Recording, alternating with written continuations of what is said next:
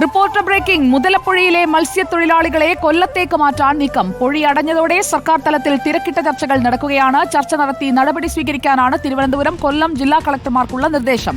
കൊല്ലം, ജോനകപ്പുറം, തങ്കശ്ശേരി ഹാർബറുകൾ മത്സ്യത്തൊഴിലാളികൾക്കായി അനുവദിക്കും.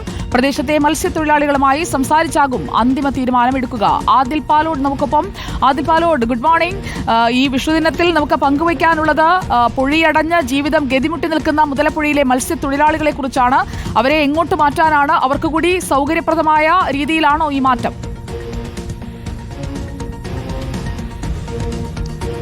അവരുടെ പ്രതികരണം ഇനി ലഭിക്കേണ്ടതുണ്ട് സുജയ. വളരെ പ്രധാനപ്പെട്ട ഒരു തീരുമാനം സർക്കാരിന്റെ ഭാഗത്തു നിന്ന് വരുന്നു എന്നുള്ളതാണ് ഈ ഘട്ടത്തിൽ റിപ്പോർട്ടർ TV പുറത്തുവിടുന്നത്.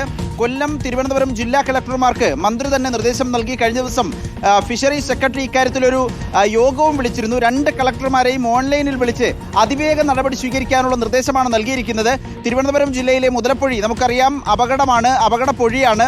പക്ഷേ ഇപ്പോൾ മത്സ്യബന്ധനത്തിന് പോകാൻ പോലും ആകാത്ത വിധം മണൽത്തിട്ട രൂപപ്പെട്ടിരിക്കുകയാണ്. ചെറുവള്ളങ്ങൾക്ക് പോലും സുഗമമായി കടന്നു പോകാൻ കഴിയാത്ത സാഹചര്യമുണ്ട്. ഉപജീവനം മുട്ടിയ സാഹചര്യം റിപ്പോർട്ടർ TV തന്നെ കഴിഞ്ഞ ദിവസങ്ങളിൽ വാർത്ത നൽകിയിരുന്നു.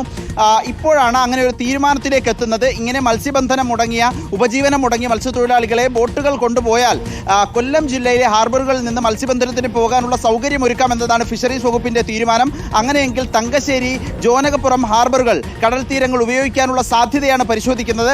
അവിടുത്തെ മത്സ്യത്തൊഴിലാളികളുമായി ചർച്ച കൊല്ലം ജില്ലാ കളക്ടറുടെ നേതൃത്വത്തിൽ നടക്കും. അതിനുശേഷം ഒരു ധാരണയായ ശേഷമാകും ഇക്കാര്യത്തിലൊരു അന്തിമ തീർപ്പിലേക്ക് കാര്യങ്ങൾ എത്തുക. ഏതായാലും മുതലപ്പുഴയിലെ മത്സ്യത്തൊഴിലാളികളെ കൊല്ലത്തേക്ക് മാറ്റാനുള്ള തീരുമാനം സർക്കാരിന്റെ ഭാഗത്തു നിന്ന് വരുന്നു. അതിനുള്ള ചർച്ചകൾ തുടരുകയാണ് സുജയ.